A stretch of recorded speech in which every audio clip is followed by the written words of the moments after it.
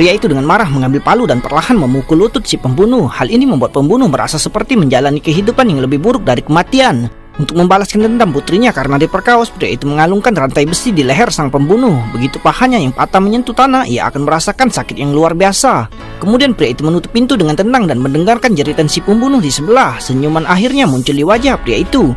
Keesokan paginya, pria itu menuangkan teh panas pada si pembunuh untuk membangunkannya, lalu menginjak lututnya yang patah dengan keras. Tapi pada saat itu istri pria itu menelpon dan meminta suaminya untuk tidak melakukan kesalahan yang sama lagi karena ia telah kehilangan putrinya dan tidak ingin kehilangan suaminya juga. Namun pria itu mengatakan kepada istrinya bahwa ulang tahun putri mereka jatuh 6 hari lagi dan ia akan membunuh pembunuhnya lalu menyerahkan diri pada hari itu juga. Pada hari ketiga, pembunuh telah disiksa sampai-sampai hidupnya lebih buruk daripada kematian, tapi pria itu tetap menolak melepaskan si pembunuh. Ia mengambil rantai itu dan memukulinya berkali-kali hingga kulitnya robek dan dagingnya terlihat. Pria itu masih belum puas, akhirnya pembunuh dipukuli hingga pingsan, namun pria itu membangunkannya dengan cara memukulinya. Pada saat ini, polisi juga sedang menyelidiki keberadaan pria itu, tapi mereka tidak menemukan pria itu sama sekali. Pada hari keempat, si pembunuh telah disiksa hingga hampir mati, tapi tanpa diduga pria itu memberinya pemeriksaan fisik menyeluruh. Ternyata pria itu adalah seorang dokter bedah yang hebat. Ia tidak bisa memberikan si pembunuh mati begitu saja karena ia sudah menemukan cara agar ia bisa menjalani kehidupan yang lebih buruk dari kematian. Ia mengeluarkan sebotol obat dan menyuntikkannya langsung ke tubuh si pembunuh. Obat ini dapat melumpuhkan seseorang namun tetap membuatnya sadar.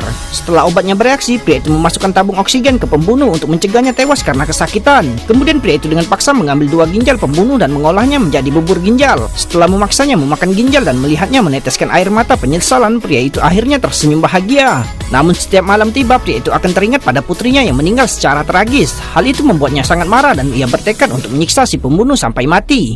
Pada hari kelima, tubuh dan pikiran si pembunuh sudah diambang kehancuran dan ia hanya bisa meminta orang itu untuk memberinya kematian yang cepat. Untuk membuat marah pria itu, pembunuh mengklaim bahwa ia telah memperkaos dan membunuh total 4 gadis dan putri pria itu adalah yang paling cantik. Kata-kata yang tak tertahankan itu langsung membuat pria itu murka, lalu ia mencekik lehernya sekuat tenaga. Tepat ketika pembunuh hampir mati lemas, pria itu tiba-tiba tersadar karena ia ingin membunuhnya dengan tangannya sendiri tepat di hari ulang tahun putrinya. Pada hari ke-6, pria itu mengatakan kepada wartawan media lokal bahwa pembunuh telah membunuh 3 gadis lainnya. Dalam sekejap berita itu ada di mana-mana. Sementara pembunuh dikutuk secara moral, ia juga membuat marah keluarga 2 korban. Mereka sangat mendukung tindakan pria itu dan berharap ia akan menyiksa si pembunuh sampai hidupnya lebih buruk daripada kematian.